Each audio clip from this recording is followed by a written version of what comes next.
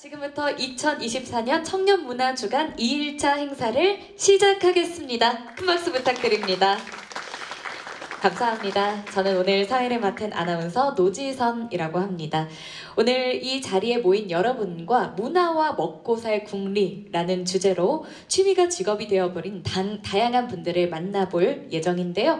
오늘 이 시간 유익한 시간 될 수 있도록 최선을 다해보겠습니다.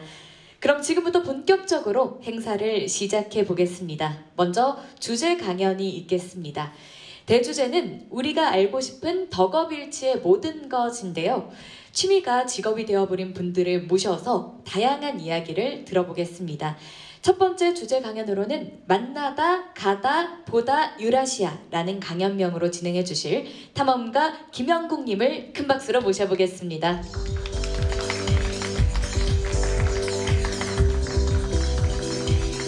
반갑습니다. 탐험가 김현국이라는 이름으로 활동하고 있습니다. 제가 탐험가로서 하고 있는 일은요, 한반도에서 대륙으로 연결되는 길에 대한 자료를 반복적으로 만드는 것입니다. 쉽게 표현해보면 서울에서 출발해서 시베리아를 거쳐 암스테르담에 이르는 유라시아 대륙 횡단 도로에 대한 자료를 만들고 있습니다. 이를 위해서 유라시아와 29년이라는 시간을 보내고 있고요.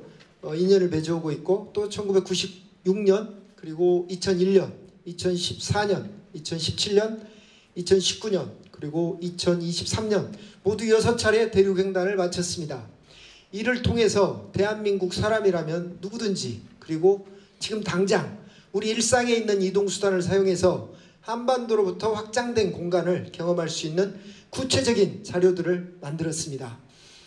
이것은 남과 북이 분단된 환경에서 우리가 서울에서 부산까지 400km 안에서 일상이 이루어지죠. 이러한 일상이 서울에서 시베리아를 거쳐서 암스테르담까지 유라시아 대륙 14,000km로 확장될 수 있음을 의미합니다. 유라시아 마실 가기이죠. 우리 아이들이 아빠 차를 타고 바이칼호스에서 함께 낚시를 하고 오고 우리 청년들이 시베리아를 횡단해서 발트해에서 윈드서핑을 하고 우리의 어른들이 자신의 차로 유라시아 대륙의 북극권에서 오로라를 보고 오는 일 생각만 해도 시원하지 않습니까? 이제 제가 이러한 일을 하게 된 계기와 지금까지 진행 과정 그리고 앞으로 계획에 대해서 말씀드리겠습니다. 1987 하면 생각나는 키워드가 있으신지요? 예, 영화 1987이 있고요. 책에서 1987은 대학에 입학했던 해입니다. 그리고 우리 역사에서는 60민주화 운동으로 기록되어 있죠. 현장에서 민주화의 봄이 이루어지는 것을 직접 체험하면서 저는 이렇게 뭔가를 하면 되는구나 라는 자신감을 강하게 가지게 되었습니다. 그리고 1988년에 군에 입대했고요. 여전히 쫄병이었던 1989년에 해외여행 자유화가 이루어졌습니다. 침상위에서 바닥을 열심히 닦고 있었는데 고참들이 보고 있던 TV에서 해외여행 자유화가 되었다는 소식을 듣게 되었습니다. 저는 그래 이거다. 지구 끝까지 가보자. 이 마음을 먹었습니다. 이번에는 여행을 통해서 나와 나를 둘러싸고 있는 세계에 대한 관심을 가져보자라는 생각이었죠. 그리고 1990년 제대를 했고 여행을 시작했습니다. 일본입니다. 탐험가의 첫 여행이 일본 좀 그런가요? 1990년 당시에 제 주변에는 외국에 나가본 사람들이 없었습니다. 저에게 고민은 밖으로 나갔다 어떻게 한국으로 돌아오지 였죠. 제대한 지 얼마 되지 않아서 일본 정도는 헤엄을 쳐서라도 돌아올 수 있겠다라는 패기는 있었습니다. 결과적으로 일본 여행을 통해서 한국으로 돌아오는 방법을 배우고요. 1991년 인도로 향했습니다. 당시 인도는 저에게 집으로부터 가장 먼 곳을 의미했습니다. 이것은 거리를 의미하는 건 아니었고요. 익숙함, 곧 학연, 지연, 혈연으로부터 스스로를 고립시키는 것을 의미했습니다. 인도 대륙의 서쪽에 위치한 봄베이에 도착을 했습니다. 현재는 뭄바이라고 부릅니다. 이곳으로부터 동북 방향으로 이동을 해서 네팔과의 국경 도시 고락푸르에 도착했습니다. 그리고 출입국 심사가 이루어지고 있는 소나울이라는 마을로 도착을 했습니다. 이곳에서 국경의 풍경을 보고 깜짝 놀랐습니다. 출입국 심사가 이루어지고 있는 곳은 대나무 하나로 가로막혀 있을 뿐이었고요. 그리고 국경선은 하천이었습니다. 어떤 장애물도 없었고요.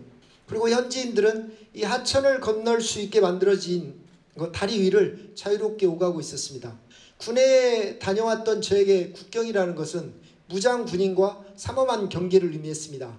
그리고 허락 없이 들어가게 되면 국가보안법에 의해서 감옥에 가거나 아니면 총에 맞아서 생명이 위험할 수도 있는 아주 살벌한 장소였죠. 결국 저도 현지인들처럼 비자를 만들지 않고 다리를 통해서 네팔로 입국했습니다. 이후로 국경이라는 것에 대해서 자주 생각해보게 되었습니다. 한편 당시에 유럽 여행자들이 인도에 아주 많았는데요. 유럽 여행자들은 인도를 문명세계가 잃어버린 어머니의 정이 있는 곳이라고 표현했습니다. 이들과 이야기를 나누면서 부러운 부분들이 있었는데요. 이들은 10대 시절부터 여행을 통해서 자신의 정체성을 만들어간다는 거였어요. 뭐 아시다시피 유럽도 이웃 나라를 오가는데 전혀 장애물이 없으니까요. 이렇게 인도, 네팔 등지에서 3년이라는 시간을 보내고 한국으로 돌아왔습니다. 자취방이었죠. 그리고 엎드려서 다녔던 곳들을 점으로 찍어봤습니다. 그리고 연결했더니 선이 되었습니다. 3년이라는 시간 동안 저만의 이야기가 만들어져 있었습니다. 이 이야기들을 가지고 지도 위에다 올려놨습니다.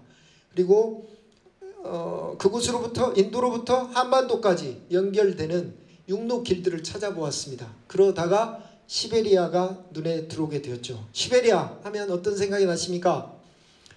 춥다죠. 그렇습니다. 동토의 땅 유영지입니다. 저에게서 시베리아는 사회주의 종주국 소련입니다. 1991년 12월 26일에 냉전에 안축였던 소련이 해체가 되었습니다. 소련의 몰락은 서방 세계와 같은 발걸음을 걸어왔던 우리에게도 새로운 시장이자 자원의 보고로서 기회 땅이 됨을 의미했습니다.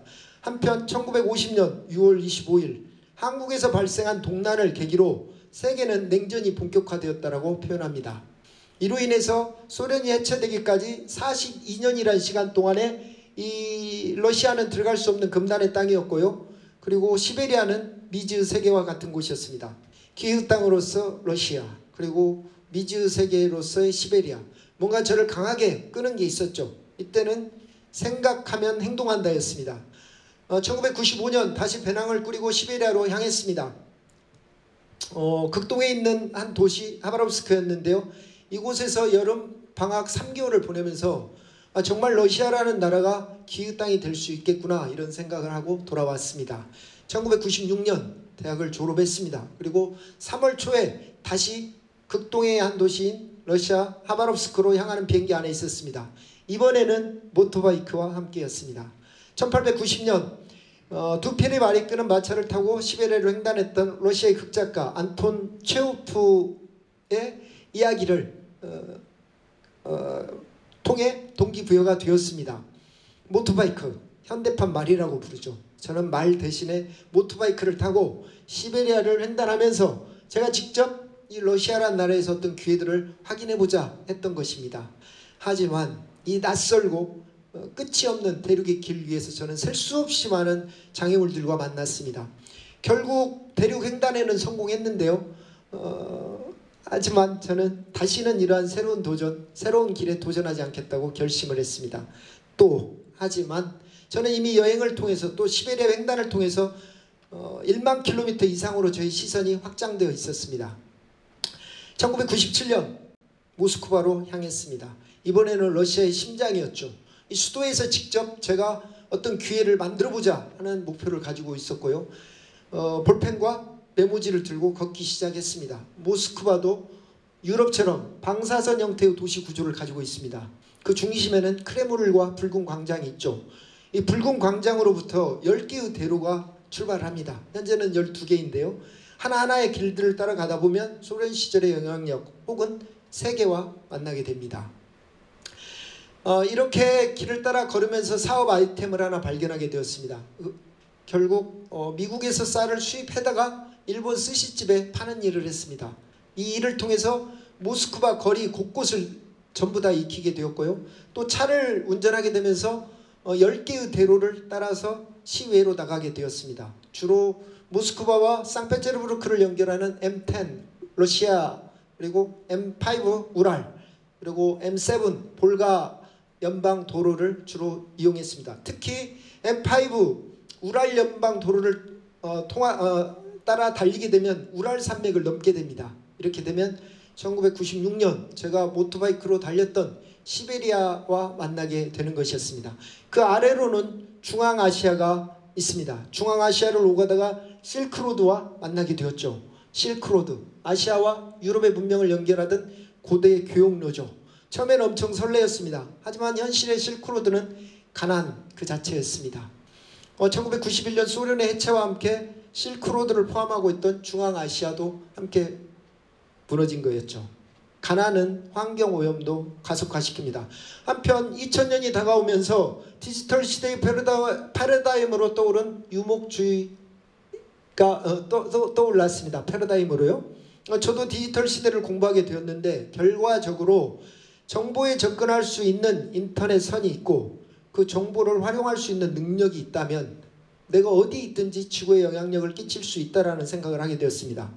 이러한 생각들을 실크로드에 결합하게 되었고 N실크로드 대장정이라는 계획안을 만들었습니다. 1999년 N실크로드 대장정을 가지고 한국으로 돌아왔습니다. 먼저 팀을 만들었고요.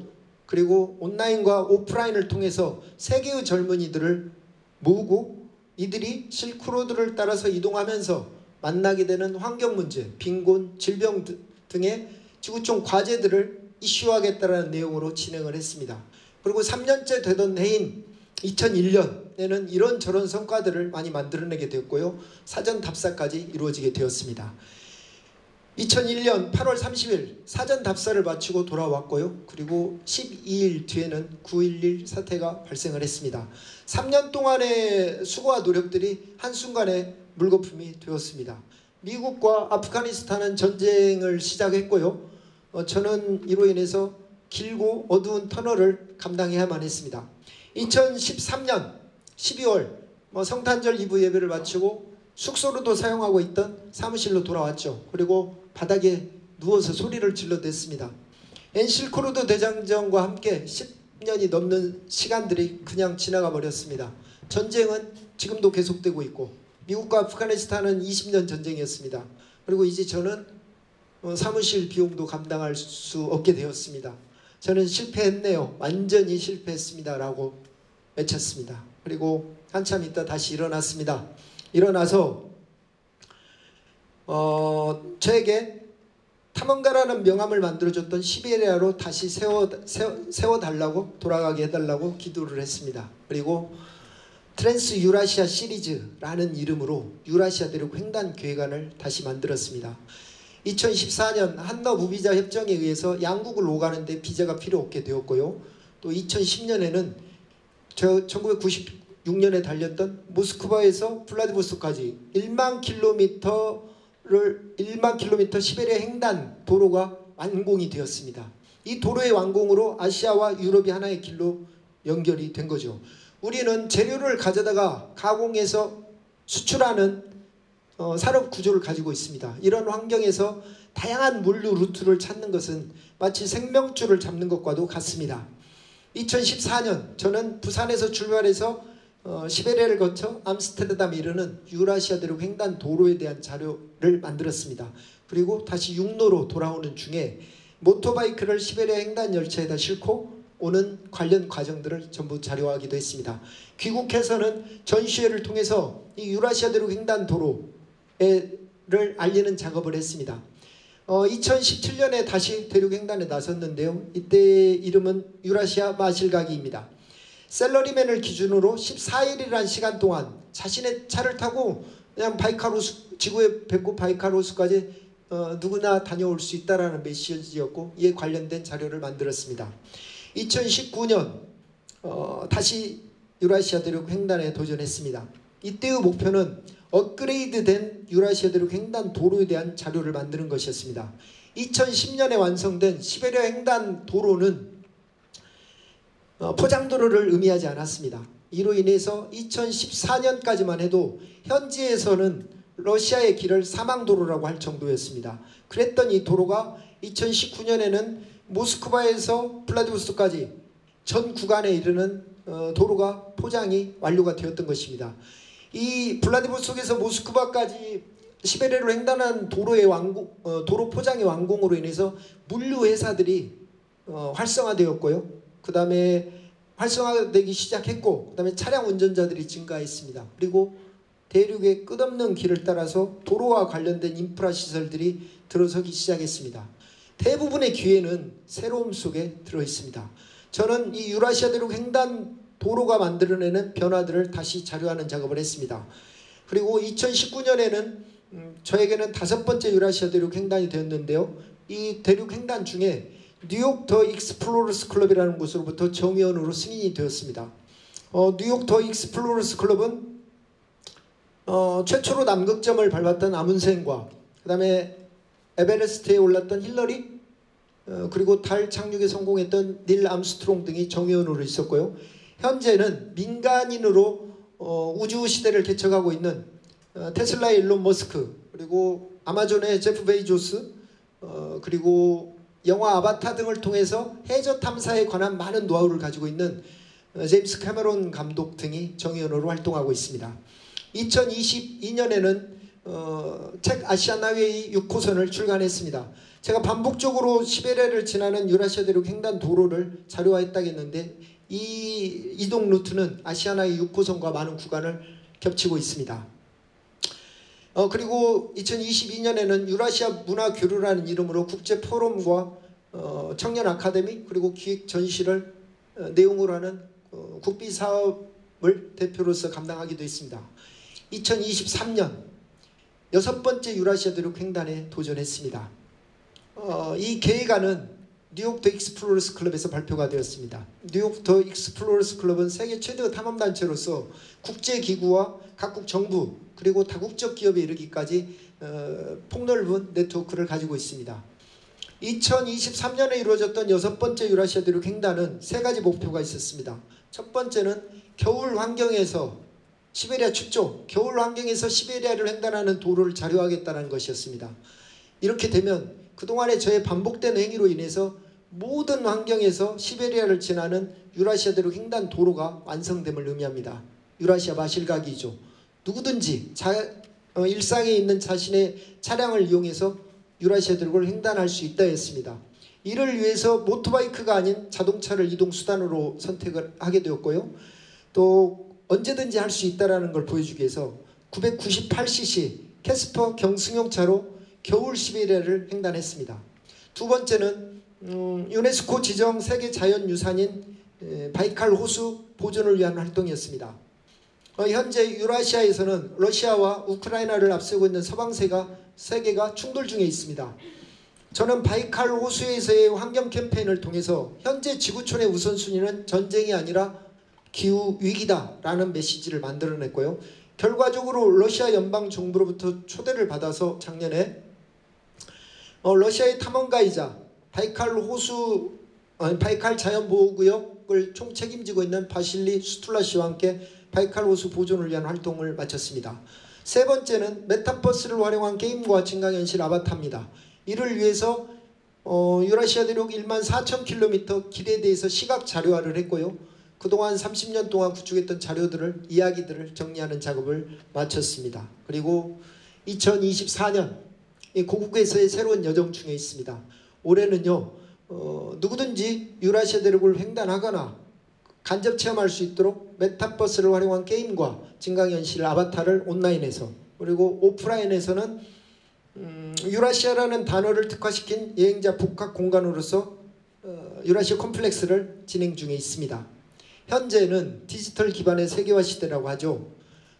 실시간으로 정보를 접할 수 있는 스마트폰을 휴대하고 국경 너머로 자유롭게 이동하면서 지구를 캔버스로 해서 자신의 이야기들을 만들어가는 시대입니다. 디지털 유목민이라고 하죠. 1996년 모토바이크를 이동수단으로 시베리아를 횡단한 저의 행위는 최초의 기록이 되어 있습니다. 그리고 유라시아에서 29년이라는 시간과 6번의 대륙 횡단은 이야기로서 디테일을 의미합니다. 최초의 기록과 이야기로서의 디테일이 저의 경쟁력이라고 말합니다. 유라시아 대륙의 끝없는 길 위에서 만들어진 저의 이야기들이 세계를 상대로 어떤 확장성을 가질 수 있는지 다시 도전해보려고 합니다. 시베리아에 가면 타이가라고 불리는 침엽수림지대가 끝도 없이 펼쳐져 있습니다. 하지만 우리 눈으로 볼 수 있는 건 극히 일부분일 뿐입니다. 제가 유라시아 대륙을 횡단하면서 배운 것은 현재 제 눈으로 이렇게 보고 있는 것이 전부라고 착각하고 있는 건 아닌지 제 자신에게 질문을 던져보는 것입니다. 두 눈을 가지고 외눈박이의 삶이 아니라 두 눈을 가진 삶을 지향해보는 거죠. 이제 제가 하고 있는 일에 대해서 메타버스에서 아바타가 소개하는 영상을 보면서 인사드리겠습니다. 고맙습니다.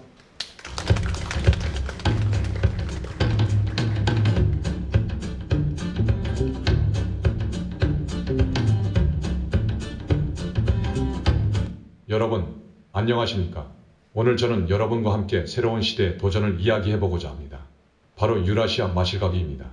이젠 대한민국 사람이라면 누구나 우리 일상에서 흔히 사용하는 이동수단을 통해 유라시아 대륙, 즉 한반도로부터 확장된 거대한 공간을 경험할 수 있는 시대가 되었습니다. 제 이야기의 중심에는 경차인 캐스퍼가 있습니다. 저는 이 작은 차를 타고 유라시아 대륙 끝까지 갔고 그 길 위에서 놀라운 경험을 했습니다. 지난해 6월 저는 광주광역시에서 캐스퍼를 타고 유라시아 대륙 횡단을 시작했습니다. 부산을 거쳐 강원도 동해안에서 배를 타고 러시아 블라디보스토크로 향했습니다. 그곳에서부터 하바롭스크, 치타, 크라스노야르스크, 옴스크, 예카테린부르크, 모스크바까지 이르는 긴 여정을 시작했죠. 시베리아의 광활한 대지를 횡단하면서 느낀 자연의 경이로움은 말로 다 표현하기 어려웠습니다.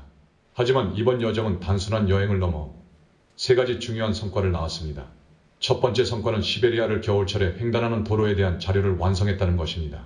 시베리아의 겨울은 매우 혹독한 환경입니다.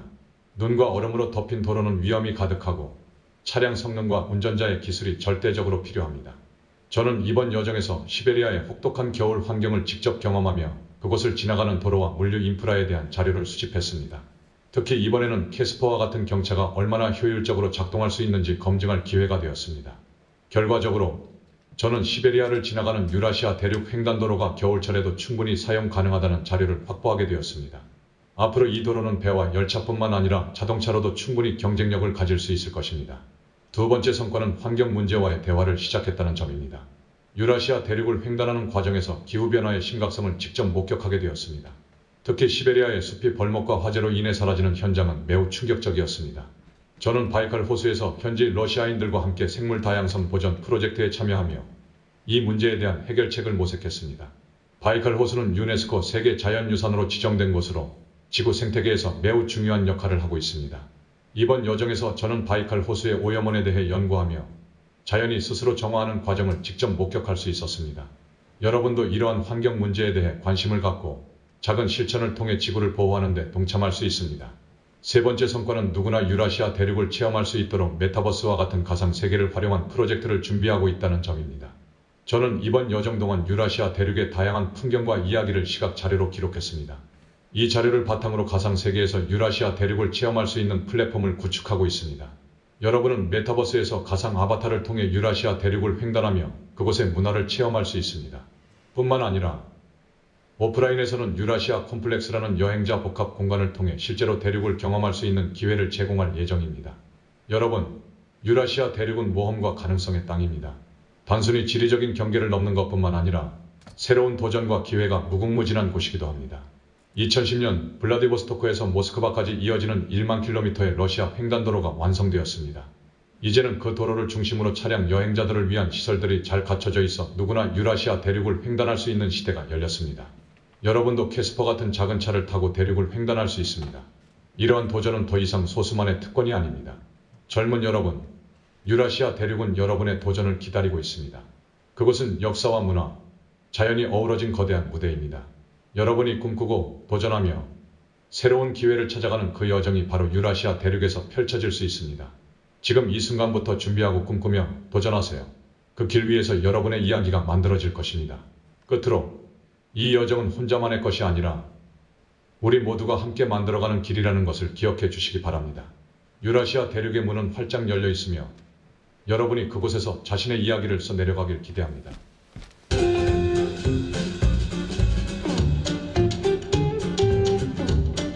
네, 여러분 박수 부탁드립니다.